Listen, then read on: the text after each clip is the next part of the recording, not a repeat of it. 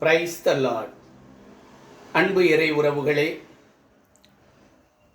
கடந்த மாதம் முழுவதும் நம்மை கண்ணின் மணி போல பாதுகாத்த நம்முடைய ஆண்டவருக்கு நன்றி செலுத்துவோம்.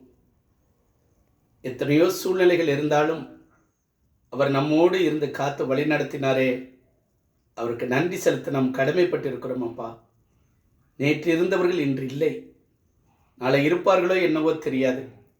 ஆனாலும் இந்த மாதம் முழுவதும் மட்டுமல்ல, வரக்கூடிய மாதங்களிலும் ஆண்டவர் நம்மோடு கூட இருக்க ஆண்டவரை வேண்டுவோம்.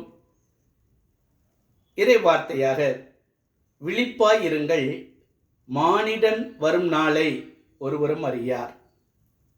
எப்போ வருவார்னு தெரியாது, எந்த சூழ்நிலையில் வருவார்னு தெரியாது. பாருங்க, ஏனென்றால் அன்றைய நாட்களிலே நோவாவின் காலத்தில் இருந்தது போல வெள்ளப்பெருக்கு வந்தது. நோவாவும் 8 பேரும் பேழையில் இருந்தார்கள், மற்றவர்கள் அதை அறியவில்லை. வெள்ளம் அடித்து சென்றது. உண்டும் குடித்தும் களியாட்டத்திலும் குடிவெறியிலும் இதோ கழித்து கொண்டாடி கொண்டிருந்தார்கள். அன்பு தெய்வ பிள்ளைகளே, இன்றைய நாட்களிலும் அப்படிப்பட்ட சூழ்நிலைகள் நடந்து கொண்டிருக்கிறது. சோதம் குமாரா பட்டணத்திற்கு வந்த அழிவுக்கு மேலே வரும்.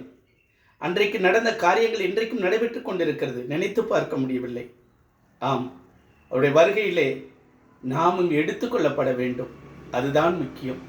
கண்களை மூடி ஜெபிக்கலாமா? அப்பா பிதாவே, அன்பான தெய்வமே, இரக்கத்தின் தெய்வமே, எங்களின் தெய்வமே, உம்முடைய வருகையினால் சமீபத்தில் இருக்கிறது. எப்பொழுது வருவீர் என்று எங்களுக்கு தெரியாது. திருடன் வருவதை அறிந்தால் கண்ணமிடுவதை தடுத்து விடலாம். ஆனால் வருவது எப்பொழுது என்று யாருக்குமே தெரியாதே. ஆம், இந்த உலகத்தில் நடக்கக்கூடிய சம்பவங்கள் உம்முடைய வருகையின் காலம் என்பதை உணர்த்தி கொண்டிருக்கிறது.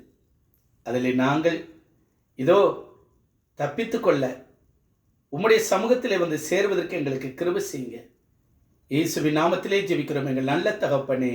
ஆமீன், ஆமீன்.